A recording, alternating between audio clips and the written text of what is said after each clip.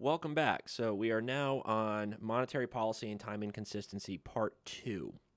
If you have not watched part 1 of this lecture, I highly suggest you go back and do so prior to watching this because I explain a lot of the underlying theory, like some of the intuition, as well as the setup for the model that we'll be discussing in, well, this lecture and then the remaining lectures in this particular series. Without further ado, we're just going to keep going. So last time, we learned about what time inconsistency is. We learned about the monetary authority's objective function. We learned about the expectations augmented Phillips curve for output. And we learned about how each moving part in that particular function operates. Now, this time, we're going to learn about how the monetary authority finds the optimal inflation rate and how the public responds to that. We're also going to learn about how the public responds under two particular assumptions of expectational structures. We've got adaptive expectations, where essentially under adaptive expectations, you would have learning that follows a process of past behavior predicts future behavior. Now, there are some upsides to adaptive expectations. There's also a couple of downsides.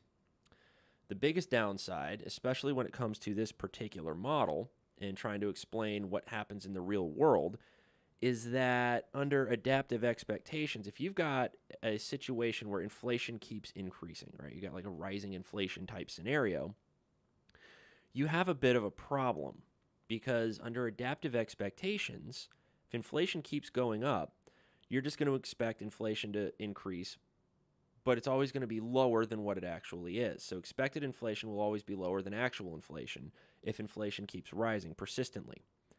But we don't see that in the real world. There have been times where we've had consistently increasing inflation and expected inflation caught up with it. So how would it catch up under adaptive expectations? Well, it can't. Now, if you have rational expectations where you're using past behavior, but you're also using current information, right? Currently all available current information, meaning you can look at like other stuff as well and go, okay, well, inflation keeps going up, but, I've been watching the news, I've been listening to the Federal Reserve's, open market committee announcements, stuff like that to sort of increase your information set and allow you to further develop sort of an understanding of what's going on, and you can formulate your expectations that way.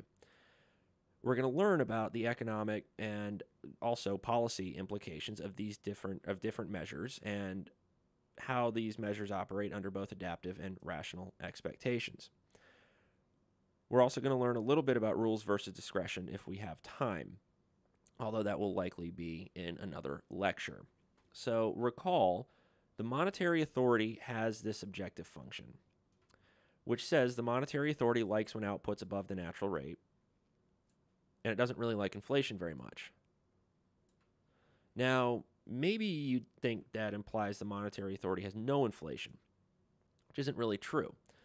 Because you see, there's this trade-off between inflation and output. So even though inflation is going to reduce utility, they're going to tolerate it because, as we will later see in that expectations augmented Phillips curve for output, if inflation goes up a little bit and it's unexpected, then you can increase output a little bit if, say, output increases by more, or if the central bank considers output increases to be more important than inflation increases, they're going to be willing to tolerate higher inflation. But they're still not going to want too much inflation because it is ultimately bad for the economy and it looks bad for the monetary authority.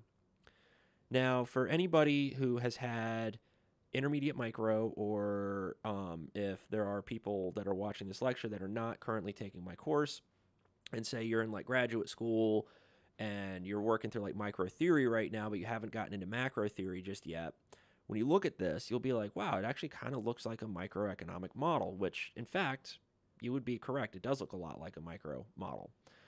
A lot of macro models these days are micro-founded, meaning that we have like individual agents that maximize their utility subject to some kind of a constraint. And we can sort of like aggregate everything up that way. But essentially, what this is telling us, the way we can think about how this macro model works and how a lot of other macro models work as well, is that everything is derived from the micro. You've got individual households making individual household type decisions, and they go from there. That's exactly what's happening both in the micro and macro realms. Now, there are critics of this micro foundational sort of structure in the macro model development sphere, but fortunately, currently, none of them are really taken very seriously. It's this whole post Keynesian thing. They kind of want to go back to like the old modeling prior to this like revolution, where it's like there are no utility functions. It's weird stuff, and honestly, I'm so glad these people aren't taken seriously, and I hope they are never taken seriously. I'm looking at you, Steve Keen. So, the monetary authority maximizes their utility, and they do so subject to a constraint. Now, what's the constraint? Well, it's the expectations augmented Phillips curve for output. It's this sucker right here, which we learned about in the last lecture as well. Note that this is expressed as output as a function of inflation. Now, in the aggregate demand, aggregate supply lectures that I gave, this supply curve we learned about, the first one, was expressed as inflation as a function of output. So the parameters, alpha and this error term, epsilon t, they're different from what we learned in the previous iteration, because if inflation is expressed as a function of output, and you have an increase in that residual, you're increasing inflation, holding everything else constant, which is bad for the economy. It's like an inward shift of the aggregate supply curve. But here, the epsilon is increasing output, holding all else constant, making it good for the economy. It's a rightward, outward shift of the aggregate supply curve. So just wanted to make that clear before we move on, because the way we look at that Phillips curve is going to be a little different. Anyways, formally, we are going to say the monetary authority chooses to maximize their utility, which is here in equation 2. I've got it color-coded, so when we do a little bit of substitution, you can see where everything is getting plugged in, which can hopefully help you kind of work through some of the math and not get too like bogged down and confused with all these different letters and stuff like that. So they're maximizing equation 2 subject to equation 3, yt equals yn, right? So output equals the natural rate of output plus alpha times inflation minus expected inflation plus epsilon t. Now I've gone through what all of the individual components are in both equations 2 and equations 2 and 3 in the previous video. So if you want a further explanation, a little bit more detail on that, refer back to video 1. I go through that. You'll be able to see what's going on. And if not, then hopefully working through some of the stuff will get it to make a little bit more sense when you kind of see not just what the moving parts are, but how they also move. Now, they're maximizing utility subject to that aggregate supply curve, the Phillips curve for output, meaning they do some calculus. So they take the derivative of equation 2 with equation 3 as the constraint, they set it equal to 0, and they solve for pi t. Now, when they do that, they're going to be getting the optimal inflation rate. So we substitute the right-hand side of the constraint, equation 3, in for yt in the objective function, which is equation 2. So with that, so we plug this in, and if it sounds like I just sort of started trailing off into nothing, it's because one of my cats decided to use the litter box that is directly behind me, and it stunk really bad, so I had to like push pause and go and clean it and then come back, and so things kind of lost my train of thought a little bit. My fault, not yours. Moving on. So they're going to substitute the right-hand side of the constraint in for yt in the objective function, where you see what that yt in pink. So we just take this equation, or this side of the equation here, and we plug it in to this equation right here. And that looks like this. So all I did was I just took this stuff, what I'm circling with the mouse right now, and I plugged it in here into this equation, giving me this guy. So with this guy, what we do, all right, once we've got all this substituted in, again, had to take a short break, so if it sounds like I just sort of just trailed off for a second, that's why. So we take this guy with the pink plugged in there, and with that constraint substituted into the objective function, I can now take a derivative of only one equation rather than two, which is a lot simpler. For any of you that have done any constrained optimization, you likely did it in like Calculus 3 if you've taken that course. If you've done anything with the method of Lagrange multipliers, right, we could do it that way too if we wanted, but this is much simpler and much easier for us. So from this, I can clean up what's going on inside a little bit. I can get rid of that yn, since yn minus yn is equal to 0, right? So this yn right here, and then this yn, I can just get rid of them because, well, yn minus yn is equal to 0. Booyah. I get equation 6 out of this. Now, equation 6 is even nicer to use because, well, there's less stuff in there. Now, from equation 6, we're almost good to go because from this, the monetary authority now has a utility function that's at least somewhat dependent on some stochastic shocks, which is that epsilon t, meaning the monetary authority is maximizing their expected utility. How else can I put that? Well, because this guy, right, is stochastic. It's not deterministic. Now, if it's deterministic, right, that means we know everything that is going to be in the model at every single point in time. That's not the case if we have something that's stochastic. Stochastic means, right, you can have something that's unexpected enter the model. So it's not just this like let it run and it's just going to give you everything that you want plugged in there, right? This means that you can have some stuff that comes like from outside, which is much closer to real life, right? You don't know what's going to happen tomorrow. You have an idea of what's going to happen tomorrow, but, you know, we could get news at 5 o'clock this afternoon saying that, you know, a meteor is going to impact Earth and it's going to kill everybody, right? All of a sudden, your plans for tomorrow change drastically. So that's kind of what that epsilon's doing, right? It's unexpected stuff that comes from outside the system, outside of what is explained within the parameters of this model. So what we're going to maximize here is expected utility. Just take the expectation of the utility, and that's going to give me equation 8. And I'm maximizing this, excuse me, with respect to inflation. Why? Well, the monetary authority doesn't get to choose output. They get to choose inflation. They hope that by choosing an inflation rate that works out well for them, also works out well for the economy, and in doing so, it'll increase output, right? Hopefully increase it above the natural rate, but whether or not that actually happens is outside of the control of the monetary authority. All they can control is inflation. So they're going to maximize their utility with respect to inflation, right? Because if you maximize utility with respect to a variable, what you're saying is, what is the marginal utility? How much additional utility do I get from an increase in consumption of that one particular variable or that good, right?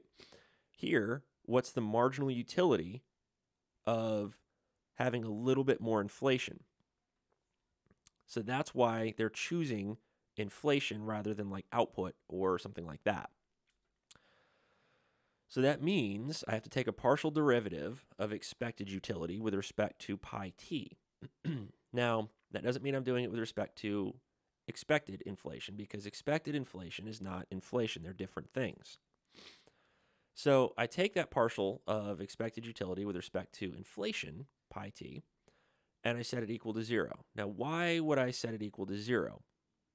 Because the derivative of any function f is going to give me the slope of f at whatever point I'm interested in. So if I've got a function f, the derivative gives me the slope. The function will either reach a maximum or a minimum when that slope is equal to 0. Now, the first derivative can't tell us which one it is. It can't tell me whether it's a maximum or a minimum. It can only tell me if the slope is 0, right? So it can identify extrema, but it can't tell me what type of extrema that is. If I want to know what type, I need the second derivative to know that. But in this model, excuse me, change of seasons always kind of screws with me a little bit. I got allergies and all that fun stuff. I assure you it is not COVID-19. Although if it was, right, I could still be teaching with COVID because it's online. I can't give you COVID online, right? You're not going to get COVID by watching the video. But anyways, moving on. I'm just going to assure you that we're getting a maximum. So you don't have to do any second derivatives. You don't have to get your second order conditions, any of that crap. You don't have to do that because I'm just going to tell you it is. So you don't need the second derivative to find any of this crap out.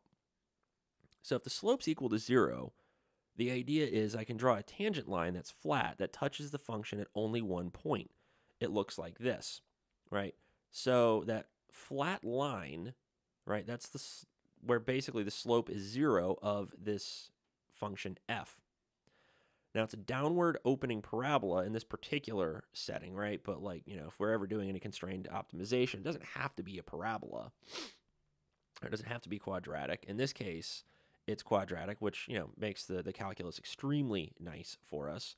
But in general, you know, it doesn't have to be that. So you can see here, right, if that we got a point where the slope is 0, that has to be the maximum of that function, or the minimum if it's like an upward opening parabola. But all it can do is identify extrema for us. It can't tell me whether it's a max or a min, but like I said, I'm telling you that it is in fact a maximum, so you don't have to worry about any of that stuff. So I take the partial derivative of expected utility with respect to pi t and set it equal to 0. Note that if I were to take the expectation of the right-hand side, the expectation of the epsilon is 0, right, because it's mean 0. So if the mean or the average of something is 0, and I take the expectation of it, I get because the expectation is the mean, right? If I do that, it gives me 0, then, well, it means the mean is 0, so it just goes away. So the expectation of epsilon is 0, because on average, we expect it to be equal to 0. I think I talked about this in the last lecture, where every day we don't wake up and rely on the shocks being positive or negative. We wake up and rely on them being 0, because whether they're positive or negative, it's unexpected. So when I take that partial derivative, we get that nice little squiggly d. Looks like a goofy looking 2, sort of, right? But the partial of expected utility with respect to inflation is equal to lambda alpha minus pi t. I suggest if you don't quite know how I got that, look at equation, what is it? Look at equation 8. Look at equation 8 and try to see how I got the partial derivative of expected utility with respect to inflation being equal to lambda times alpha minus pi t. If you just evaluate what's inside the parentheses a little bit, it should be fairly simple to figure out how I get this. So why is there no expected inflation in there? Well, it's because the partial with respect to expected inflation is 0. Why? Well, it differentiates to 0 if I'm looking for only inflation, not expected inflation, right? So expected inflation, I'm not concerned about. So when I take the partial derivative of this, it's not with respect to expected inflation. And I realize, I think the notation in that bullet point, because partial expected inflation is equal to 0, it's not quite right. What I should have said is that it differentiates to 0 when I'm looking at the partial of utility with respect to actual inflation, not expected inflation. So and this sound that you hear in the background is the litter box. It's a self-cleaning litter box. So sometimes it doesn't clean fast enough to get rid of my the bad smells that my cats make. I've got 4 cats, so, you know, it's unless it's cleaning right after every single BM that they take. Yeah, it's going to be bad. But anyways, now if I solve equation 9 for pi t, I'm going to get my optimal inflation rate, which is lambda alpha equals pi t star. And it's pi t star because it's the optimal inflation rate. So this is the optimal inflation rate that the monetary authority finds and sets when they're doing all this calculus stuff. So maybe it looks like a lot, but I can assure you it's actually not. The functional form that was established of the monetary authority's utility function was such that it gives you a very, very easy to differentiate function. So the monetary authority's optimal rate of inflation, right, meaning the inflation rate they will choose to be able to implement, is going to be this right here, equation 11. Right, if you ever see a utility function that is of the form that is shown in this particular lecture, you will see, if you evaluate it properly, pi t star equals lambda alpha, which says the optimal inflation rate for the monetary authority. Again, I need to stress it's not the socially optimal rate of inflation. It's the monetary authority's optimal rate of inflation. These are going to be two very different things. It is how much the monetary authority likes high output, lambda, times how sensitive the public is to price surprises, which is alpha. So it's like an interaction term where you interact lambda and alpha with one another. You can think of it as a combination of the monetary authority's preferences, right, how much they like output being above the natural rate, and how much they can get away with higher inflation because of the magnitude of alpha. So from this right here, we can think of it like this.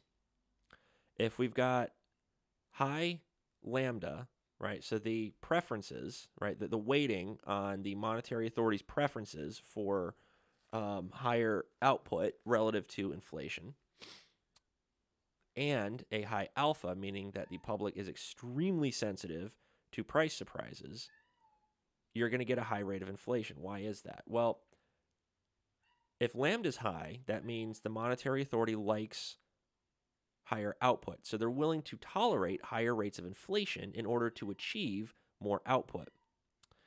The high alpha means the public is very sensitive to price surprises. So if the monetary authority likes higher output and the public is very sensitive to price surprises, then you multiply those two together, you get a high rate of inflation. If lambda is low and alpha is high, you're going to get like a medium rate of inflation.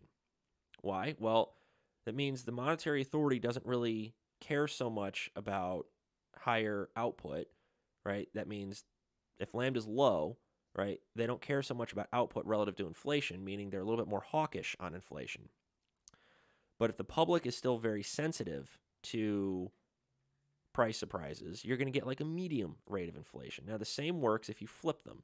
So if lambda is high and alpha is low, right? So high lambda means the Fed likes higher inflation, meaning they like higher output and they're willing to tolerate a little bit of extra inflation. They're dovish on inflation.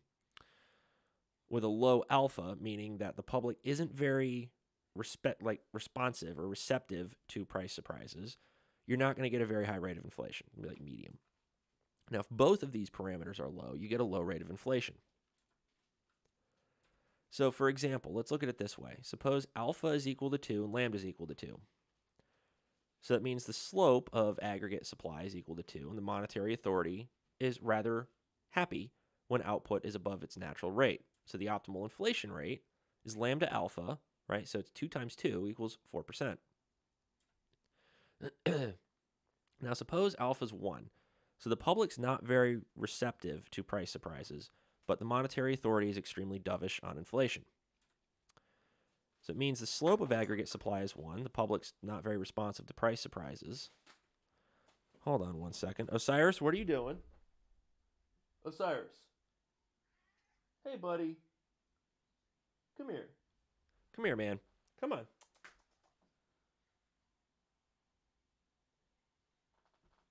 My cat decided to get into something as I'm trying to make this lecture, as, well, all cats like to do. I'm not getting any attention, so I'm going to screw stuff up in front of Dad when he's busy, So he'll give me attention instead. I'm petting him, and now all of a sudden he wants to behave. So, coming back to our lecture. If alpha's 1, lambda's 2, public's not very responsive to price surprises, but the monetary authority is pretty dovish. The optimal inflation rate is going to be 2 times 1, which gives me a 2% rate of inflation. The monetary authority has to set a lower inflation rate since output's not as responsive to inflation deviations, right? So that's why the inflation rate in equation 14 is less than that in equation 13. Another example. Let's say both lambda and alpha are low, right? They're less than 1. Think of kind of like 1 as like a baseline here. The monetary authority doesn't have too much of a preference for larger deviations of output from the natural rate, right? So they're pretty hawkish on inflation, right? They're like extremely hawkish on inflation in this case. Output's not very responsive to price surprises like at all. So the optimal inflation rate is 0.5 times 0.5, which is 0.25. So with low lambda and low alpha, you're going to have a low rate of inflation because the monetary authority is hawkish on inflation, meaning they care more about keeping prices stable than they do having like high output. And the public doesn't really respond to inflation deviations anyways. So basically, in both sides of this game, both players in this game, neither one of them are really going to be able to respond that much or care that much about having higher inflation. In fact, the monetary authority wants low inflation, and the public doesn't really respond to much inflation anyways. So the monetary authority sets the inflation rate based on their preferences and how the economy is going to respond to inflation deviations or price surprises. In other words, how much they like higher output multiplied by how much inflation they can get away with. So now that the monetary authority knows what they want the inflation rate to be, they can choose what policy they want to pursue, meaning they choose inflation and announce the policy that they want to the public. But, right, if they choose pi t star equals lambda alpha, they want to set expectations equal to something less than that. Why? Because if you refer to the Phillips curve for output, hold on a second. Osiris, dude, come on, man. Sound like Joe Biden. Come on, man. No, sir. We're done. Bye. Okay.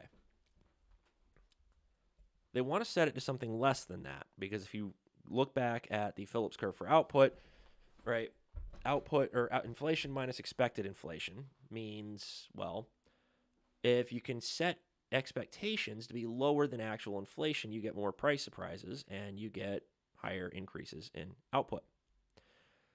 So they can surprise the public, they can make output higher than the natural rate.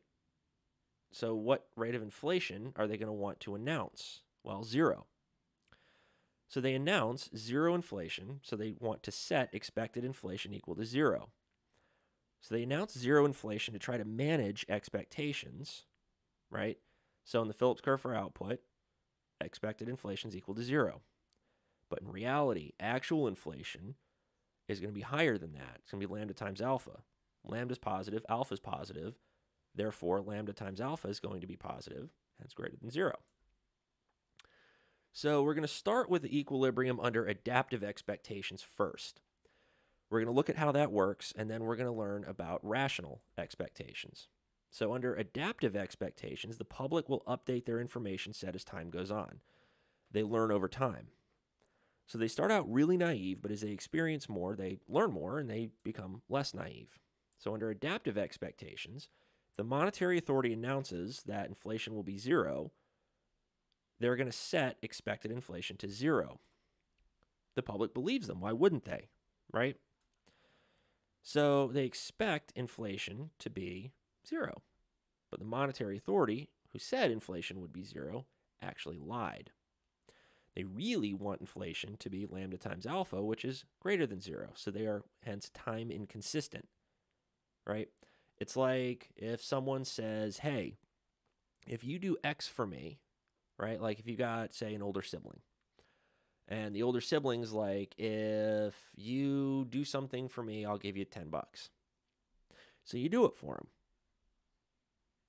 Well, if they're time inconsistent, once you've done it, time comes for them to pay. They don't. They're like, screw you. I'm not giving you the money. And you're like, what, dude, really? But I did it. And they're like, haha. That would be time inconsistent. Now, if you've got no reason to expect them to be lying, if they say they're going to give you $10, you imagine they're going to give you $10.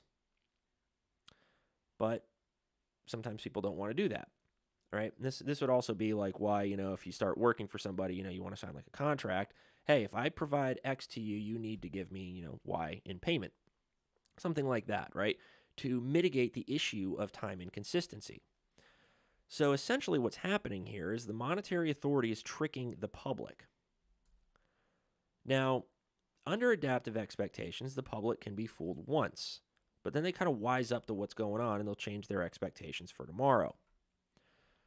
So under an adaptive expectations equilibrium, the monetary authority announces zero inflation, and the public believe them, so they set expected inflation to zero, right? But, bamboozled, heckin' bamboozlement. The monetary authority actually sets inflation to lambda alpha. So with pi t equals lambda alpha and expected inflation equal to zero, we plug this into our Phillips curve, and I get this in equation 16.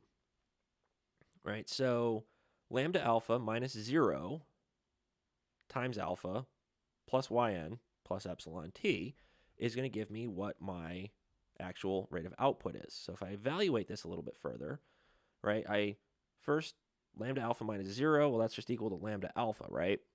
So that 0 just goes away. Then I multiply that alpha through the parentheses, and I get yt equals yn plus lambda times alpha squared, right? Because there's two alphas, alpha times alpha, alpha squared, plus epsilon t. So yt is larger than yn plus epsilon t by the amount lambda times alpha squared. The public believed in the monetary authority when they said inflation would be 0, but ultimately the monetary authority didn't have any incentive to carry through on their word, because to the monetary authority, if you increase inflation a little bit, you can increase output above its natural rate. So they'll say, right, trying to be like the nice guy at the beginning, don't worry, we're not going to screw you over. We're not going to have high inflation. It's going to be equal to 0. And the public go, okay, cool. Well, then you get this shock, not really a shock, this surprise. That surprise hits, and they're like, whoa, wait a minute. We weren't expecting inflation to be like this. We were expecting it to be lower. But based on that signal extraction problem that we talked about under what Lucas talked about, right, there's that issue of, okay, are these general rises in prices, or are these rises in prices based on what's happening within our industry? So if the Fed announces 0 inflation, you go, I'm wiping out that general rise in price situation. So I don't think that this increase in inflation is because of actual general rises in prices, right? So if I see this price increase, I'm assuming it's for my good. It's within my industry. So I want to make more stuff. But I got tricked because it actually increases in the general price level. So the monetary authority basically lies because they don't have any incentive to carry through on their word. The public gets surprised by that deviation of inflation from the expectation, and output's higher today than it would have been with 0 inflation. Now, why does the monetary authority want to have higher inflation? Well, we have to go to their objective function for that answer, right? Which is this guy. When pi t star equals lambda alpha, which is greater than 0, output is above yn. The monetary authority likes that. That makes them happy. So if I plugged lambda alpha in for pi t and yn plus lambda alpha squared plus epsilon t for yt, then this is what I get in equation 19. All right, so I take the optimal values and then what output is under that, quote, optimal rate of inflation. I plug that stuff in there. And then I evaluate their utility to see how high their utility is going to be. Now remember, on the average, the epsilon t is equal to 0. The expectation of that's 0. So on average, the monetary authority's utility for setting pi t equal to lambda alpha is this. Like, oh my god, that's a lot of stuff. All right, but really all I'm doing here is just evaluating stuff. So this is what I plugged in, right? This is what output is in the pink, and then the black here is just what the optimal inflation rate is.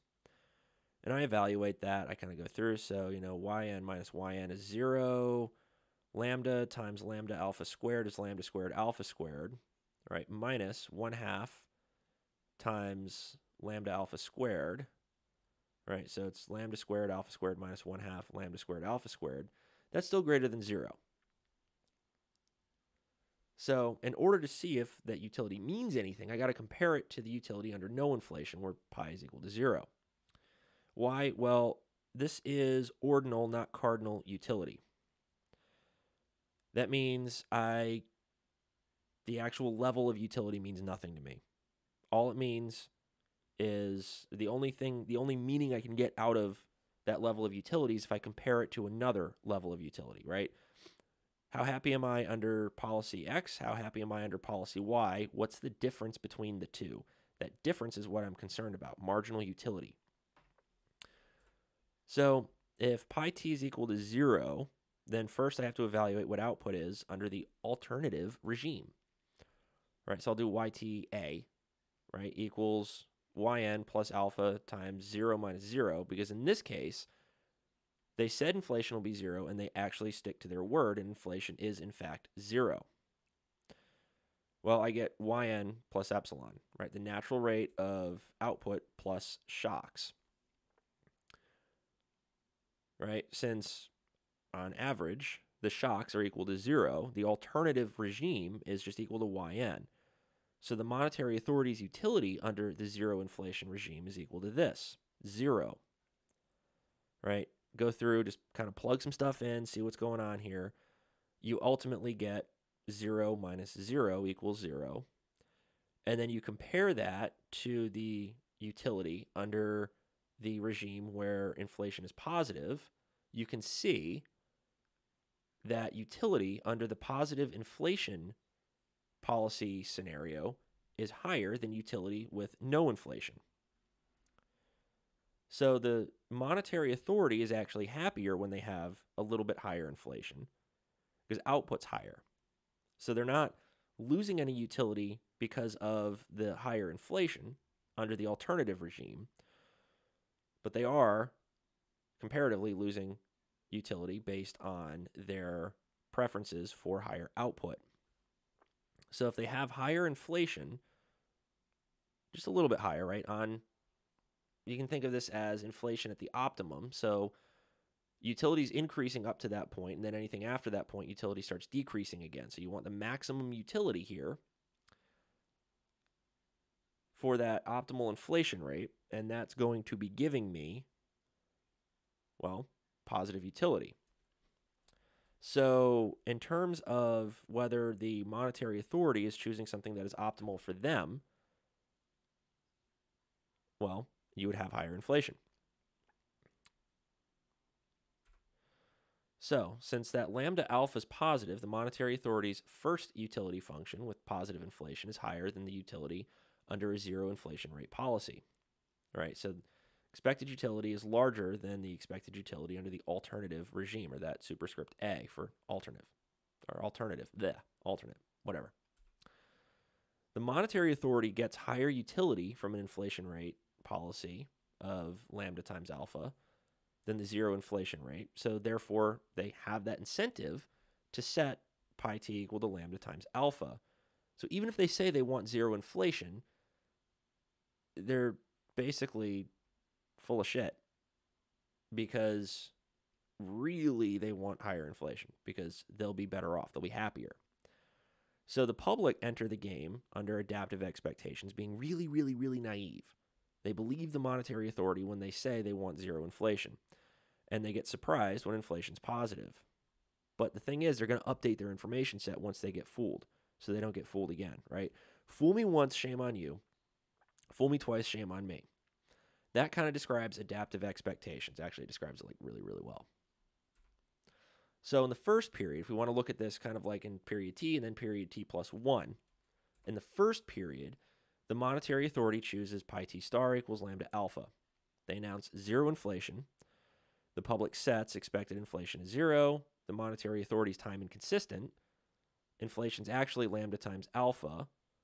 Right? Output's boosted above the natural rate because the public got bamboozled. Plug all that into the Phillips curve and then the utility for the monetary authority, although the Phillips curve is really going to show you what's happening with output, right? You'll kind of see what output is, you can see what utility is, etc. But what happens in the second period? Well, again, the monetary authority wants to set pi, now t plus 1, equal to lambda times alpha. And they announce zero inflation. Again, just like the last game, or the last period. But here the public wised up. They're like, no sir. We're going to set expected inflation to what inflation was last period, which was lambda times alpha. Right? In this case, your older sibling is like, hey, they tricked you today, right?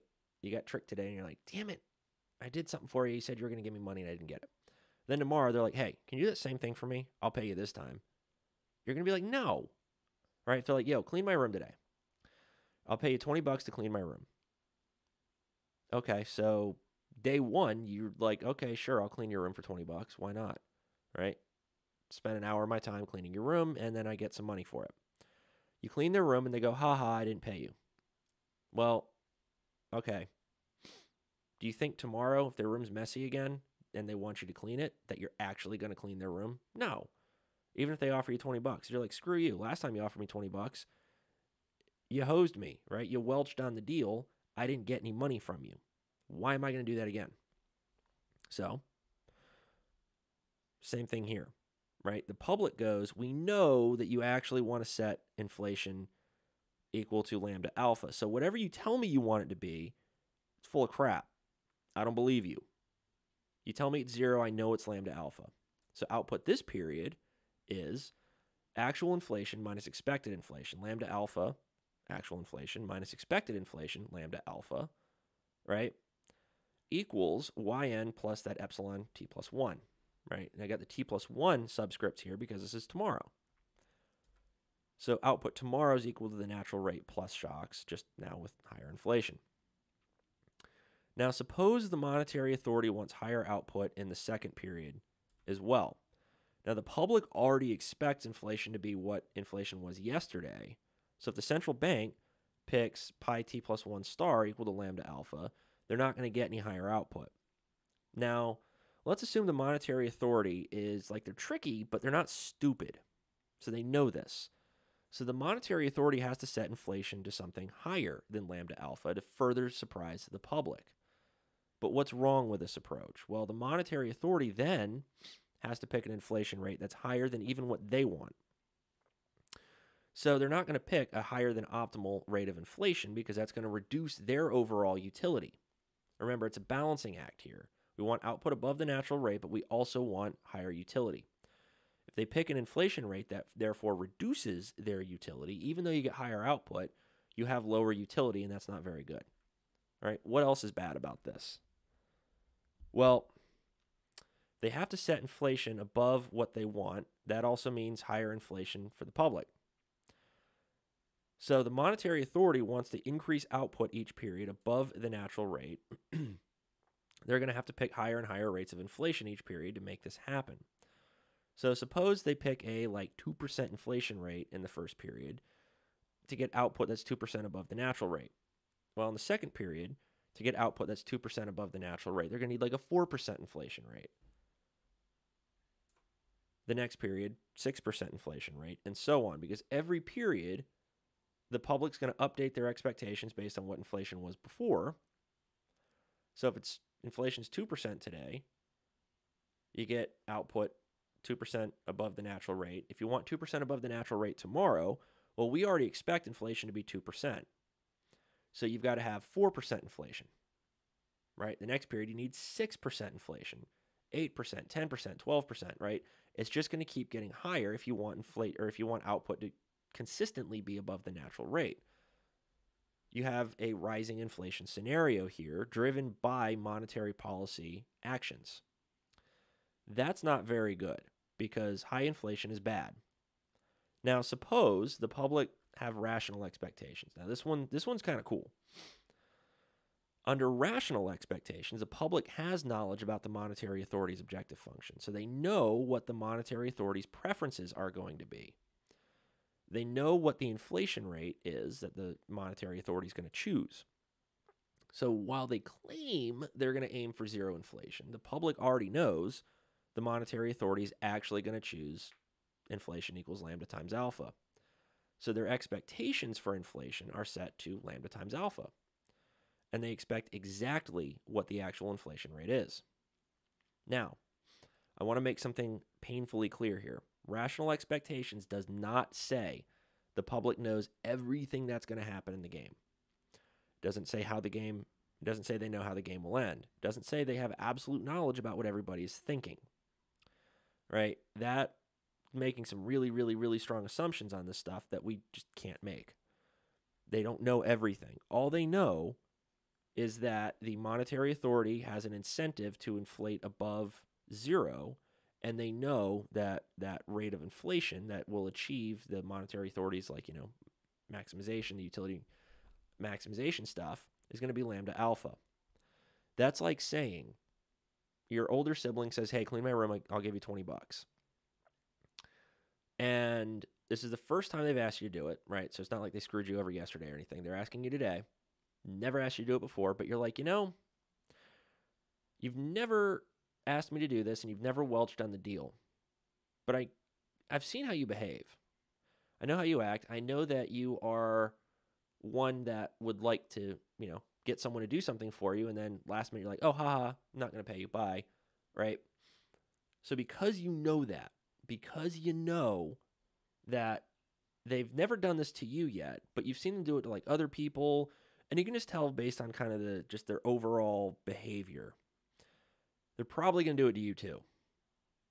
That would be rational expectations. If they ask you to clean the room and offer you $20, you're going to go, no, I'm not going to do it because I know you're not going to pay me. That doesn't mean that you know how they're going to respond to you saying that, right? That doesn't mean that you're like, if I say that, then, you're going to cry and moan and, go to mom and whatever. It doesn't mean you know that. It just means you know what their incentives are. And you know that, okay, you're going to do this to me. That's all it says. Now, they do know what the monetary authority plans to do. They also know Jeffrey Epstein didn't kill himself. So why are we going to assume rational expectations rather than adaptive? Well, the market operates under adaptive expectations. They'd always update their expectations on inflation based on past values.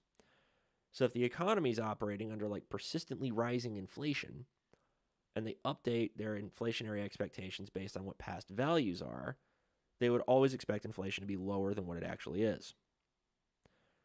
But wouldn't they eventually realize they're just constantly underestimating inflation? Well, they probably would. And when they do so, they update their expectations accordingly. So they end up using more information than just past values of inflation. Thus, adaptive expectations isn't really the most realistic assumption to have. However, under rational expectations, right, the public knows the central bank wants to inflate at a rate of pi t equals lambda times alpha. They set their expectations for it, and when the monetary authority invariably inflates at the rate that they have every incentive to inflate at, they've already expected it. Output's equal to the natural rate plus shocks. So mathematically, it's pretty similar to the adaptive expectations equilibrium. The monetary authority chooses pi equals lambda alpha. They announce inflation will be zero. Once they've done that, things change. The public sets expected inflation equal to lambda times alpha. Since expected inflation is equal to what the monetary authority is going to actually do, there's no change to output as a result of monetary policy measures, right? So output is just equal to the natural rate plus any stochastic shocks that might hit. So when the public have rational expectations, the monetary authority's policy measures are expected by the public in advance. There's no price surprise because expected inflation is equal to actual inflation. So there's no way the monetary authority can quote unquote surprise the public with any higher rates of inflation unless the monetary authority chooses a higher inflation rate than what they would actually want. But that doesn't maximize their utility. So why would they do that? Well, they won't. Under a rational expectations equilibrium, the central bank can't increase output by changing the inflation rate because the public knows what they're going to do and they're prepared for it. So let's compare the equilibria under these different expectations. Under adaptive expectations, the monetary authority announces zero inflation, public believe it, expected inflation zero. The monetary authority really sets inflation equal to lambda alpha. They surprise the public. The rate of output under adaptive expectations in the first period is equal to this, yn plus lambda alpha squared plus epsilon t. Right now here I've got that yt with a superscript a. A means adaptive here. So YTA is output under adaptive expectations. Because people were tricked, you get a higher rate of output in this period. Now, under rational expectations, the monetary authority announces no inflation, but the public knows what they're really going to do.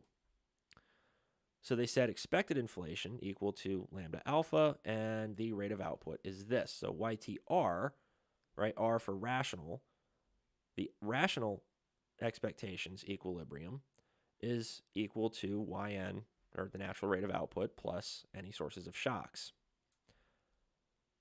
Now, to compare these, right, with output under adaptive expectations denoted YTA, expected inflation 0, actual inflation is lambda alpha, which is greater than 0, and output is yn plus lambda alpha squared plus epsilon t.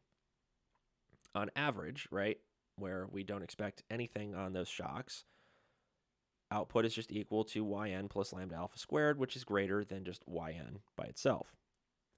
Under rational expectations, with output under rational expectations denoted YTR, expected inflation is equal to lambda alpha, which is greater than 0. Inflation is equal to lambda alpha, which is greater than 0. And output, YTR, is equal to the natural rate plus shocks, meaning on average, output's just equal to the natural rate. Now, next time in this lecture, we're going to cover a repeated game. Right here, I just did like first period, second period. I guess technically the game repeated, but like here we're going to talk about what happens if there are reputations and how the monetary authority can build up trust with the public. We're going to talk about the importance of reputations and how the monetary authority chooses or considers really short-run gains at long-run costs. Right? We can inflate today, but the public's going to be pissed at us for a while. So they have an incentive to inflate even less if the reputation matters over time. We're going to talk about trigger strategies, which is really like a punishment for some kind of like deviation, right? If you are normally cooperating and then you defect, right, are you going to get punished for defecting? Well, the answer would be yes. After that, we're going to talk about rules versus discretion, the implications of outcomes under each policy, and I'm going to cover steps on how to set up and solve this model. And then I'll communicate my expectations for you in understanding and showing me what you can do with this model. So with all of that said, all of that knocked out of the way, I will wrap up this video lecture and we will reconvene with the next video. So enjoy, and I guess I won't see you next time, but you will see another video next time. Thank you for watching.